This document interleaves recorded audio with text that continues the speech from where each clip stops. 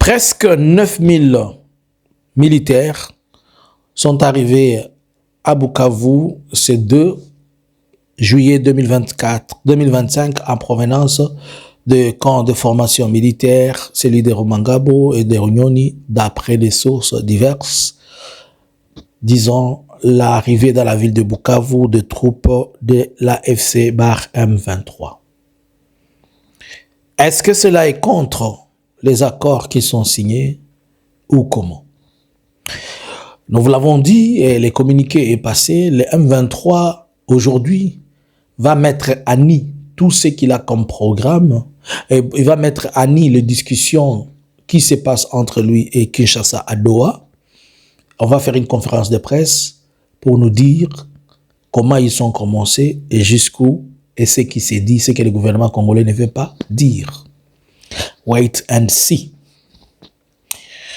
C'est devenu compliqué. Certaines sources qui restent à vérifier disent que le Rwanda, via son bureau ou bien ses institutions ou bien le ministre des Affaires étrangères, aurait dit qu'en République démocratique du Congo, dans la FRDC, on a identifié 95 000 hommes FDLR. Est-ce que la RDC sera en mesure de pouvoir démobiliser les 95 000? Point d'interrogation. Bonjour, bonsoir la famille. Nous vous saluons de partout. Aujourd'hui, nous sommes le 3 du mois de juillet 2025. Analysons Congo vient faire cette courte analyse avec vous pour essayer d'échanger ensemble.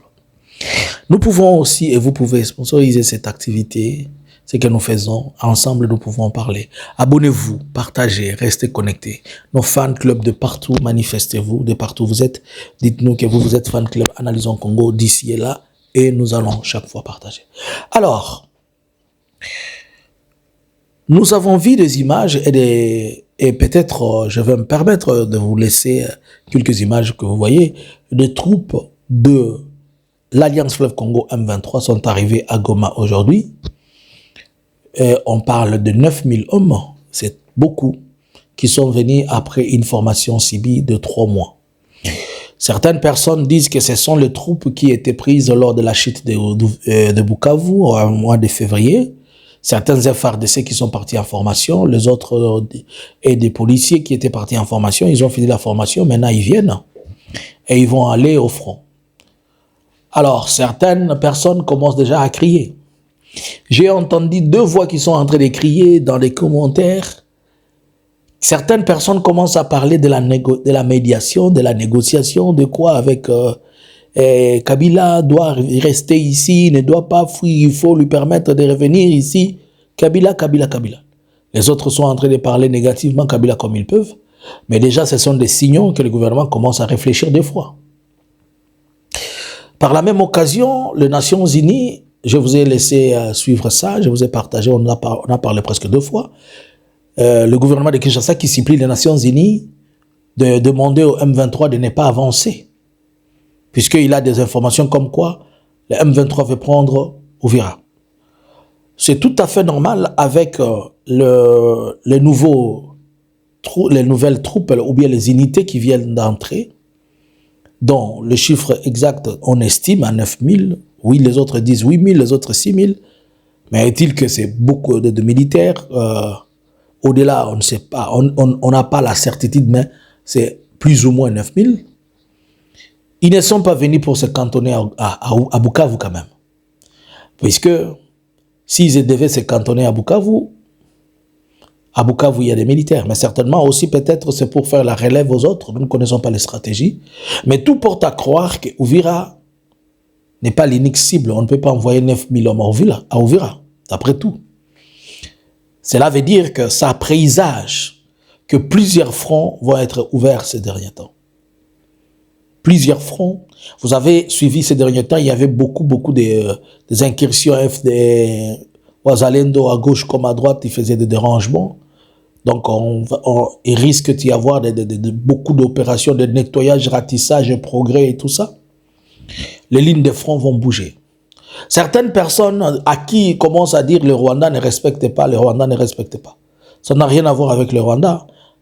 c'est l'Alliance Fleuve Congo qui déploie ses militaires et l'Alliance Fleuve Congo n'est pas partie prenante d'une quelconque négociation. Il est partie prenante des négociations, mais ils n'ont pas encore trouvé un terrain d'entente.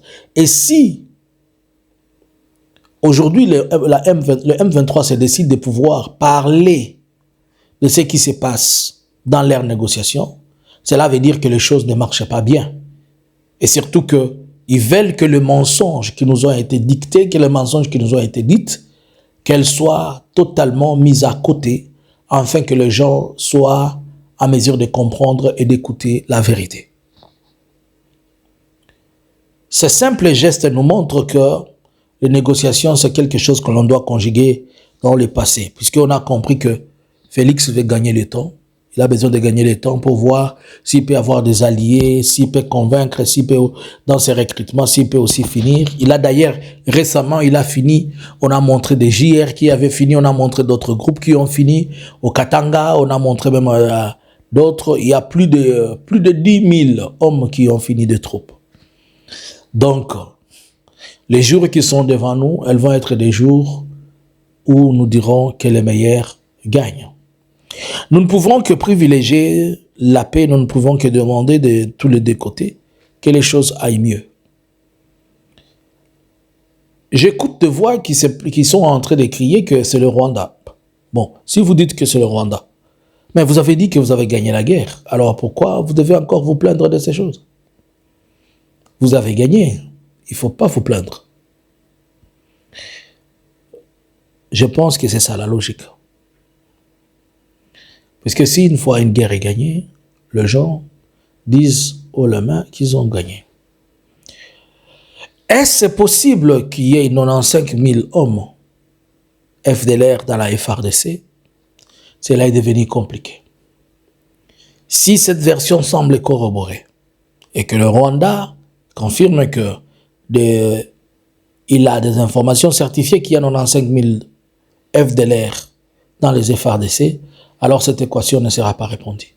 Parce que le gouvernement congolais n'a pas la capacité et les moyens de neutraliser 95 000 FDLR et les remettre. Et même si on remettait